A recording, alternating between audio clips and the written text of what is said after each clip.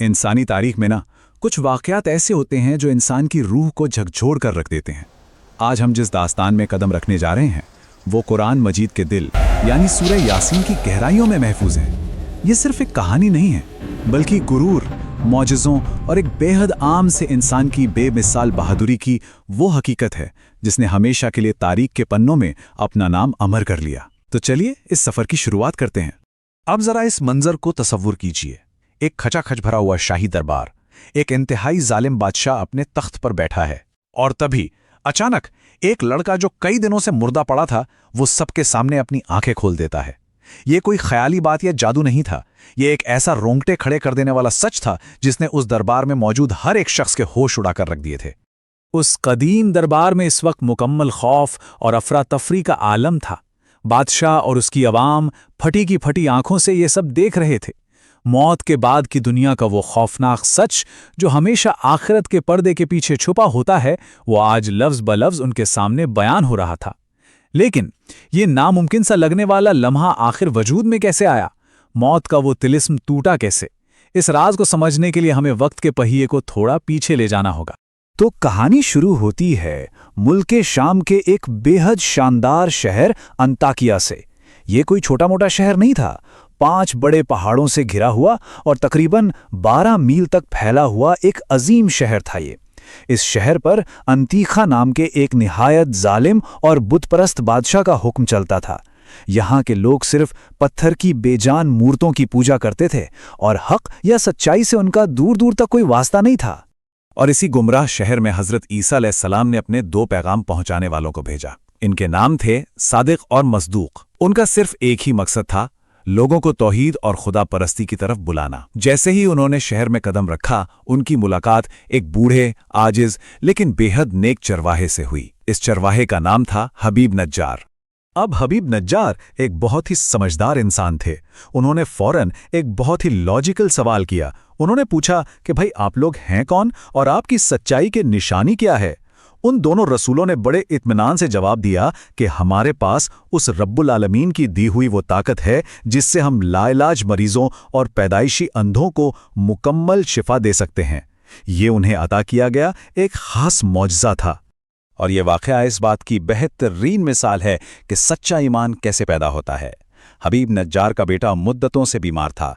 जैसे ही उन रसूलों ने उस पर हाथ फेरा, वो लड़का फौरन तंदुरुस्त होकर खड़ा हो गया। ये चमत्कार देखकर हबीब नज्जार के दिल में ईमान की रोशनी जल उठी। और फिर क्या था, पूरे शहर में यह खबर जंगल की आग की तरह फैल गई। लोग धड़ाधड़ अपने बीमारों को लेकर उनके पास आने लगे। जाहिर है जब यह खबर उस जालिम बुतपरस्त बादशाह अंतीखा तक पहुंची तो वो गुस्से से पागल हो उठा। सच्चाई की इस नई रोशनी को कुचलने के लिए उसने अपनी ताकत का इंतहाई बेरहमी से इस्तेमाल किया। उसने फौरन दोनों को गिरफ्तार करवाया, उन्हें 100 कोड़े लगवाए और शहर के सबसे अंधेरे खौफनाक जेल खाने में कैद कर दिया। लेकिन कहानी यहां खत्म नहीं होती। इसके बाद हजरत ईसा अलैहिस्सलाम ने अपने हवारियों के सरदार हजरत शमून को वहां मदद के लिए भेजा। हजरत शमून ने सीधे जाकर बगावत नहीं की बल्कि बेमिसाल हिकमत और समझदारी से काम लिया। वो खुफिया तौर पर दरबार में शामिल हुए और अपनी अक्लमंदी से उस जालिम बादशाह का पूरा भरोसा जीत लिया। फिर एक दिन सही मौका देखकर उन्होंने बड़ी चतुराई से बादशाह को मशवरा दिया कि उन कैदियों को दरबार में लाया जाए ताकि बादशाह खुद उनकी बात सुन सके और उन्हें झूठा साबित कर सके। अब आता है वो दिन जब दरबार में तनाव अपने पूरे उरूज पर था।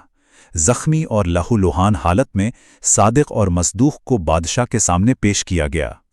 हजरत शमून ने जानबूझकर ऐसा माहौल तैयार किया था ताकि पूरी आवाम के सामने सच्चाई का एक खुला मुजाहिरा हो सके। उन्होंने दरबार में सबके सामने उन रसूलों से पूछा कि आखिर उनका खुदा है कौन और वो इन शाही बुतों से कैसे बेहतर है। और यहाँ जो हुआ वो बहुत ही दिलचस्प है। दरबार में हक और बातिल के बीच का फर्क शीशे की तरह साफ हो गया। रसूलों ने निडर होकर पूरे भरे दरबार में ऐलान किया कि ये तुम्हारे बुत तो इतने बेबस हैं कि अपने ऊपर बैठी एक मक्खी तक नहीं उड़ा सकते। इबादत के लायक तो सिर्फ वो वाहिद खुदा है जिसने इंसानों को और इस पूरी कायनात को पैदा किया है। ये सुनकर बादशाह झल्ला गया और बोला, अगर तुम्हारा खुदा इतना ही ताकतवर है तो कोई निशानी दिखाओ।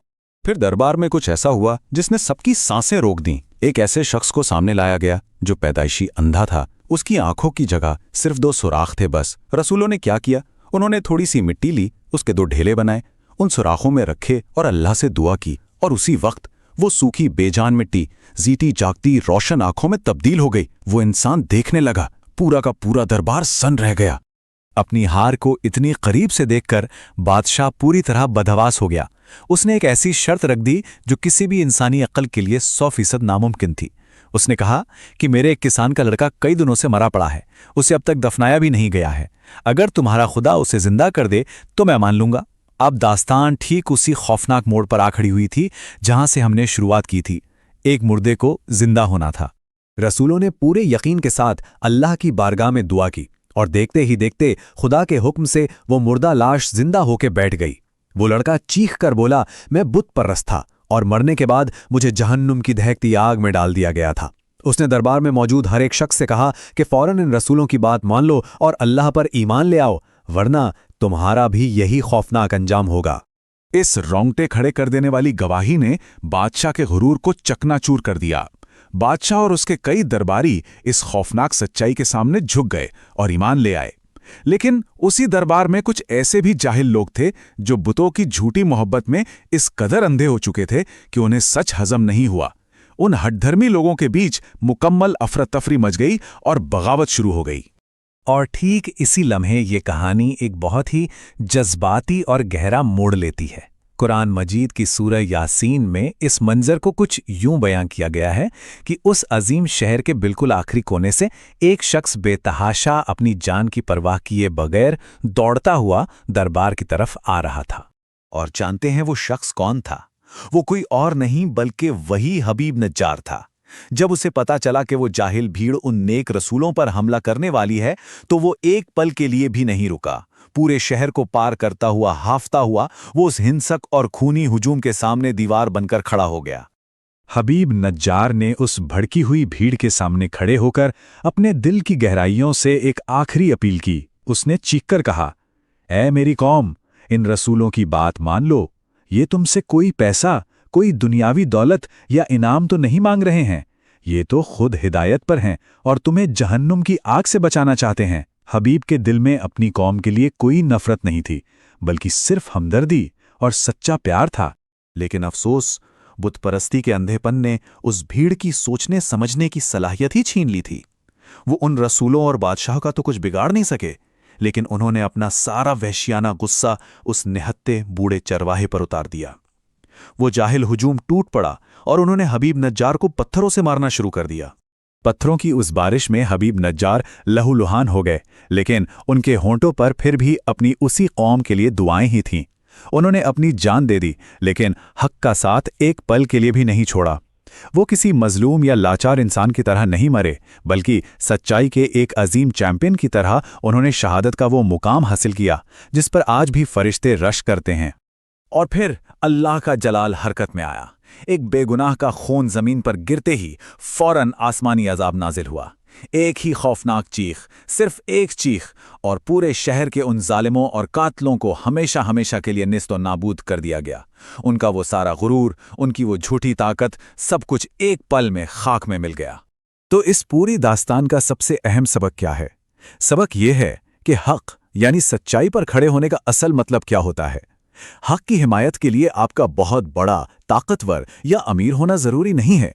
हबीब नज्जार एक बहुत ही आम से गरीब इंसान थे, लेकिन जब बात सच्चाई की आई तो वो एक पूरी जालिम दुनिया के सामने बिल्कुल अकेले खड़े हो गए। और यही असल में सच्चा ईमान है। और जरा सोचिए, उस बेमिसाल बहादुरी का सिला क्या मिला? अल्लाह ताला को अपने उस नेक बंदे का वो दौड़ कर आना इतना पसंद आया कि उनका जिक्र अपनी अब्दी किताब कुरान मजीद की सूरह यासीन में हमेशा के लिए दर्ज कर दिया। जब तक ये दुनिया कायम है, लोग उस गुमनाम चरवाहे की बहादुरी और उसके बेखौफ जज्बे की तिलावत करते रहेंगे। ये कहानी खत्म तो हो जाती है, लेकिन आज भी एक बहुत बड़ा और गहरा सवाल छोड़ जाती है। आज के दौर में जब हम दुनिया में हक और बातिल को टकराते हुए देखते हैं, तो क्या आज भी कहीं हबीब नज्जार जैसी तड़प और हिम्मत बाकी है? क्या सच्चाई का साथ देने के लिए कोई अकेला खड़ा होने की जुर्रत कर सकता है? ये एक ऐसा सवाल है जो हमें बहुत गहराई से सोचने पर मजबूर कर देता है।